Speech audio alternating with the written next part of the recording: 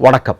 ராகுல் காந்தி அவர்கள் போட்டிருக்கக்கூடிய விதை அது பல்வேறு இடங்களில் வெடித்து ஒரு மிகப்பெரிய பூகம்பத்தை கிளப்பி கொண்டிருக்கிறது இந்தியா முழுவதும். அவர் ஓட்சோரி என்று ஆரம்பித்து வைத்தார். இன்றைக்கு ஒவ்வொன்றாக வெளிவந்து கொண்டிருக்கிறது. நேற்று வந்திருக்கக்கூடிய ஒரு மிக முக்கியமான தகவல் என்ன தெரியுமா? ரிப்போர்ட்டர்ஸ் கலெக்டிவ் வெளியிட்டிருக்கக்கூடிய தகவல். அது என்ன அப்படின்னா, தேர்தல் ஆணையத்தில் கோடானு கோடி இந்திய மக்களுடைய தரவுகள் இருக்கிறது அல்லவா. இப்போ நம்ம பேர் இருக்கும், நம்ம பிளட் குரூப் இருக்கும், நம்முடைய தகப்பனார் பெயர் இருக்கும், நம்ம முகவரி இருக்கும், நம்முடைய எல்லாமே இருக்குது. அதில் எல்லா தகவல்களும் தேர்தல் ஆணையத்தினுடைய கைகளில் இருக்கிறதா இல்லையா? இருக்குது. இதை பிரைவேட்டான தனியார் நிறுவனங்களுக்கு கொடுத்திருக்கிறார்கள் அப்படிங்கிற தகவல் இன்றைக்கு வெளிவந்திருக்கிறது. நல்லா பார்த்துங்க. அதாவது மோடியினுடைய ஆட்சியில் எதற்கும் பாதுகாப்பில்லை, எங்கும் பாதுகாப்பில்லை என்கிற நிலைமை இன்றைக்கு வந்திருக்கிறது அப்படிங்கிறதா உண்மை. சரி, நான் அதை பார்க்கறதுக்கு முன்னாடி, அந்த செய்தியை பார்க்கறதுக்கு முன்னாடி ஒரு மிக முக்கியமான விஷயத்தை நீங்கள் பார்க்கணும். என்ன அப்படின்னா, எலெக்ஷன் கமிஷனராக இருக்கக்கூடிய தற்போதைய தலைமை தேர்தல் ஆணையர் அவர் ராகுல் காந்தி முதலாக ஒரு ஓட்சோரி, அதாவது கர்நாடகாவில் மகாதேவ்புராவில் நடந்த திருட்டுத்தனத்தை அம்பலப்படுத்திய 2 நாட்களில் ஒரு ப்ரெஸ் மீட் நடத்துகிறார். அதில் அவர் என்ன பேசினார் அப்படிங்கிறத நீங்கள் இப்போ பார்க்கணும். அவருடைய உடல் மொழியெல்லாம் பாருங்கள். அவர் எவ்வளோ கோபத்தில் வெடிக்கிறார், அவர் பயங்கரமாக. ஏன்னா எல்லாம் வெளியே வந்துருச்சு இல்லையா, அவர் எப்படி வெடிக்கிறார் அப்படிங்கிறத மட்டும் இப்போ நீங்கள் பாருங்கள். हलफनामा देना होगा या देश से माफी मांगनी होगी, तीसरा विकल्प नहीं है. आपके माध्यम से मैं ये भी कहना चाहता हूं, अगर 7 दिन में हलफनामा नहीं मिला तो इसका अर्थ ये सारे आरोप निराधार हैं और हमारे मतदाताओं को ये कहना कि वो फर्जी हैं, इसके ऊपर जो भी इस बात को बोल रहा है उसको माफी मांगे. இப்போ அவர் வெடிச்சதை நீங்கள் பார்த்துட்டீங்க. என்ன வெடிச்சாரு? ராகுல் காந்திக்கு 7 நாள் கெடு விதிக்கிறார். அவர் 7 நாட்களுக்குள்ளே இதற்கு பொறுப்பான முறையில் நீங்கள் இது பதில் சொல்லணும்னா நாங்கள் நடந்துக்கிறதே வேறு அப்படிங்கிற மாதிரி அவர் பேசுகிறாரு. சரிதான் ஐயா, நீர் பேசிட்டீர். 7 நாள் ஆயிடுச்சு, 14 நாள் ஆயிடுச்சு, ஏறத்தாழ 1 மாதம் ஆகி போச்சு. ராகுலை உங்களால் ஒன்றும் பண்ண முடியலை, சரியா? பண்ண முடியாது, சரியா? சரி, இப்போது இந்த ப்ரெஸ் மீட் முடிஞ்சு சில வாரங்களுக்கு பிறகு 2வதான ஒரு ஓட்சோரி இல்லையா, வாக்கு திருட்டை பற்றி ராகுல் காந்தி அவர்கள் ஒரு வீடியோ வெளியிடுறார் இல்லையா? அந்த வீடியோனுடைய ஒரு சில காட்சி மட்டும் நீங்கள் இப்போ பாருங்கள்.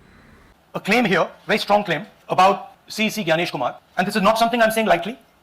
I'm the leader of the opposition in the Lok Sabha. This is something I'm saying after solid proof that I'm going to show you, the youth of India, the people of India today. Ganesh Kumar ji, आप अपना काम कीजिए. आपने oath लिया है, आप हिंदुस्तान के chief election commissioner हैं. आपसे कर्नाटक की सीआईडी सबूत मांग रही है. आप कर्नाटक की सीआईडी को यह सबूत 1 सप्ताह के अंदर दे दीजिए, नहीं तो पूरा हिंदुस्तान के सारे युवा इस बात को एक्सेप्ट करेंगे कि आप हिंदुस्तान के कॉन्स्टिट्यूशन, हिंदुस्तान के संविधान की हत्या में शामिल हो, हिंदुस्तान के संविधान की रक्षा नहीं कर रहे हो और वोट चोरों की. இதில் நீங்கள் நல்லா பார்க்கணும். பின்னாடி ஒரு புகைப்படம் வைத்திருக்கிறார் ராகுல் காந்தி. ராகுல் காந்தி எவ்வளோ பெரிய புத்திசாலி அப்படிங்கிறத பாருங்கள். அவர் பின்னாடி வைத்திருக்கக்கூடிய புகைப்படம் அன்றைய தினம், அதாவது முதல்ல ஒரு தேர்தல் ஆணையர் ஒரு ப்ரெஸ் மீட் கொடுத்தார் இல்லையா, அந்த ப்ரெஸ் மீட்டில் இருந்த அவருடைய உடல் மொழி, அந்த ஒரு புகைப்படத்தை தான் பின்னாடி வச்சுட்டு அவர் முழுக்க பேசிகிட்டு இருக்கிறார். ஆனால் இப்போது ராகுல் காந்தி தேர்தல் ஆணையத்தினுடைய தலைமை பொறுப்பில் இருக்கக்கூடிய நபருக்கு 7 நாள் கெடு விதித்திருக்கிறார். அது என்ன கெடு தெரியுமா? எப்பா, உனக்கு 7 நாள் நாங்கள் கெடு விதிக்கிறோம். 7 நாளைக்குள்ள கர்நாடகத்தில் சிபிசிஐடி கேட்டிருக்கக்கூடிய தரவுகள், வாக்கு திருட்டு தொடர்பாக 18 முறை கேட்டார்கள் அல்லவா, கொடுக்காம பதுங்கி ஒளிந்து ஓடிக்கொண்டிருக்கிறீர்கள் அல்லவா, அந்த தரவுகளை 7 நாட்களுக்குள்ள நீ கொடுத்தாகணும். கொடுக்கலன்னா என்ன நடக்குங்கிறத பாரு அப்படின்னு ராகுல் காந்தி தெளிவாக சொல்கிறார். எப்படியும் ஹைட்ரஜன் பாம்பு வெடிக்க போகுது. ஹைட்ரஜன் பாம்பு வெடிக்கிறதோட மோடியும் தேர்தல் ஆணையமும் நிரந்தரமாக வீட்டில் போய் ஓய்வு எடுக்க வேண்டியது தான். அது வீடா அல்லது சிறையா அப்படிங்கிறத காலம் தீர்மானிக்கும், நமக்கு தெரியல. சரி, இப்போ நான் என்ன கேட்குறேன் அப்படின்னா, எலெக்ஷன் கமிஷன் கிட்ட சிசிடிவி ஃபுட்டேஜை கேட்குறோம் இல்லையா? கேட்டாங்க, எல்லாருமே கொடுக்க முடியாதுன்னு சொன்னாங்க. அதுக்கு ஒரு ப்ரெஸ் மீட் நடத்தி என்ன சொன்னார்?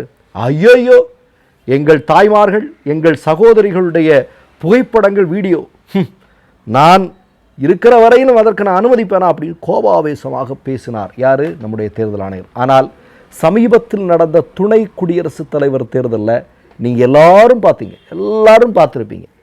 அங்கே இருக்கக்கூடிய பெண் எம்பிக்கள் இல்லையா, மக்கள் பிரதிநிதிகளாக இருக்கக்கூடிய பெண் எம்பிக்கள் வாக்களிக்கக்கூடிய எல்லா விதமான வீடியோக்களும் வெளிவந்ததை நாம் பார்த்தோம். அப்போ இந்த கணேஷ்குமார் என்று சொல்லக்கூடிய தற்போதைய தேர்தல் ஆணையர் எங்கடா இருக்கிறார் அப்படின்னு மக்கள் பேசிக்கொண்ட காட்சியையும் நம்ம பார்த்தோம். அப்போ இதெல்லாம் நடந்துட்டுருக்கு. அப்போ ஒட்டுமொத்தமாக பெரிய தவறுகளை மூடி மறைப்பதற்கு ஏதேதோ செய்து பார்க்கிறார்கள். ஆனால் அவை எல்லாமே இன்றைக்கு மக்கள் மத்தியில் அம்பலமாகி கொண்டிருக்கக்கூடிய காட்சியை நம்ம பார்த்துட்ருக்குறோம். சரி, இதை நான் எதுக்காக சொல்கிறேன்? ஓட்சோரி என்கிற பெயரில் எவ்வளோ எளிமையான வார்த்தையை கண்டுபிடித்திருக்கிறார் ராகுல் காந்தி இல்லையா? ஓட்சோரி. கடைகோடியில் இருக்கக்கூடிய ஒரு இந்தியாவினுடைய ஒரு எளிய மனிதனுக்கும் அது சுலபமாக புரியும். வாக்கு திருடன் இல்லையா? அதனால தான் அமித்ஷா பீகாரில் பேசக்கூடிய மேடையில் ராகுல் காந்தி இங்கே எதுக்கு வந்திருக்கிறாரு, அடிக்கடி பீகாரில் வரல, எதுக்குன்னு தெரியுமா அப்படின்னு கேட்டோம். பிஜேபிக்காரனே சொல்கிறான், வாக்குகளை திருடி இருக்கிறார்கள், வாக்கு திருடன், ஓட்சோரி, அதை சொல்கிறதுக்காக தான் வந்திருக்கிறார் அப்படிங்கிறது தெள்ள தெளிவாக அமித்ஷாவுடைய முகத்தை பார்த்தே சொன்ன வீடியோவெல்லாம் நம்ம பார்த்தோம். இதெல்லாம் பார்த்துட்டோம். அப்போ ஒவ்வொன்றா வெளி வந்துட்டுருக்கு. இப்போ வந்திருக்கக்கூடிய அதிர்ச்சிகரமான தகவல் தான் இது.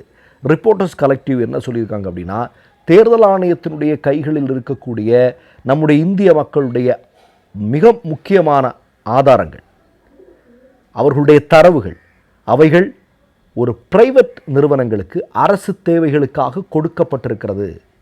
எங்கே முதலாக கொடுத்துருக்காங்க அப்படின்னா 2019 நவம்பர் 9 தெலுங்கானா அரசு, கேசிஆர் சந்திரசேகர் ராவ் கவர்மெண்ட் இருக்கு இல்லையா, அந்த கவர்மெண்ட்டுக்கு பல்வேறு நலத்திட்ட உதவிகள், பென்ஷன் மாதிரியான விஷயங்களுக்கு பண்ணுறதுக்காக தேர்தல் ஆணையம் இந்த தரவுகளை கொடுத்துருக்கு. ஆனால் இந்த திட்டத்தை செயல்படுத்துறதுக்கு பின்னாடி தனியார் நிறுவனங்கள் இருக்கிறாங்க. தனியார் நிறுவனங்கள் கிட்ட இந்த தரவுகள் போய் சேர்ந்துருக்கு அப்படின்னு. இப்போ தனியார் நிறுவனங்கள்கிட்ட நம்மளுடைய டேட்டாஸ் எல்லாம் போயிடுச்சுன்னா என்ன ஆகும்? இப்போ ஒன்றும் இல்லைங்க, ஒரு சின்ன உதாரணம் சொல்கிறேன். நீங்கள் ஒரு இடத்துல போய் பிளட்டு கொடுக்குறீங்கன்னு வைங்க. இப்போ கொலஸ்ட்ரால் செக் பண்ணுறீங்க, இல்லை உங்களுக்கு பிபி செக் பண்ணுறீங்க, இல்லை உங்களுக்கு சர்க்கரை வியாதி இருக்கான்னு செக் பண்ணுறீங்கன்னு வைங்க. தொடர்ந்து நீங்கள் அந்த பிளட்டு கொடுக்குற இடத்துக்கு நீங்கள் போனீங்கனாலே ஏறத்தாழ ஒரு நெகட்டிவான ரிசல்ட்டே வந்துட்டுருக்கும். நீங்கள் கவனிச்சிருக்கீங்களா? நீங்கள் இப்போ எனக்கு கொலஸ்ட்ரால் இஷ்யூஸ் இருக்குது அப்படின்னா தொடர்ந்து அது மட்டும் ஒருவேளை கொஞ்சம் கூடுதலாக இருக்கலாம், இல்லை கொஞ்சம் குறைவாக இருக்கலாம் அப்படிங்கிற மாதிரியான விஷயத்தோடு தான் தொடர்ந்து வந்து கொண்டிருக்கும். ஏன்னா இன்றைக்கி எல்லாமே எல்லா இடத்துலையும் கிடைக்கக்கூடிய மாதிரியான விஷயங்கள் இன்றைக்கி சாதாரணமாக நடந்து முடிஞ்சிருச்சு இல்லையா? அப்போ நான் என்ன சொல்கிறேன்னா, ஒரு மனிதனுடைய தரவுகள் அப்படிங்கிறது ரொம்ப முக்கியமானது. இந்த மருந்து நிறுவனங்கள் எல்லாம் மாஃபியா கும்பல்கள் இல்லையா? எல்லாத்தையும் நான் சொல்லலை, ஏராளமான மாஃபியா கும்பல்கள் இருக்கிறாங்க. இவங்க கைகள் எல்லாம் நம்முடைய முழு தரவுகளும் போயிடுச்சுன்னா என்ன ஆகும் இல்லையா? எங்கேயோ படித்த ஞாபகம் இல்லையா? அதாவது நோய்களை உற்பத்தி செய்வதே சில குரூப்புகள் தான், சில லேபுகள் தான் அப்படிங்கிற மாதிரியெல்லாம் நம்ம படிச்சிருக்கிறோம். அப்போ இதெல்லாம் ஒட்டுமொத்தமாக மிகப்பெரிய ஆபத்து உண்டா இல்லையா? யாராவது மறுக்க முடியுமா? மறுக்க முடியாது. அப்படி இருக்கும்போது இந்த தரவுகளும் இன்றைக்கு தேர்தல் ஆணையத்திலிருந்து கைமாற்றம் செய்யப்பட்டிருக்கிறது அப்படிங்கிறது கூடுதல் அதிர்ச்சியை இந்த சமூகத்தில் விதைத்திருக்கிறது என்பதுதான் உண்மை.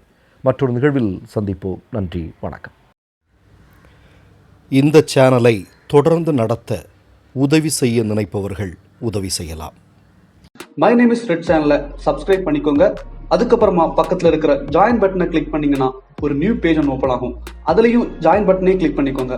அதில் பார்த்தீங்கன்னா credit R debit card options இருக்கு. இதில் உங்களுக்கு விசா, மாஸ்டர் கார்டு, ரிப்பே அப்படின்னு 3 ஆப்ஷன்ஸ் கொடுத்துருக்காங்க. அதில் நீங்கள் எந்த கார்டு சூஸ் பண்ணுறீங்களோ அந்த கார்டோட நம்பர் என்டர் பண்ணிக்கோங்க. அப்புறமா கார்டோட வேலிடிட்டி மந்த் அண்ட் இயரை டைப் பண்ணிக்கோங்க. அடுத்தபடியா உங்க கார்டோட பின்னால CVC கோடுன்னு சொல்லிட்டு 3 நம்பர்ஸ் கொடுத்துருப்பாங்க.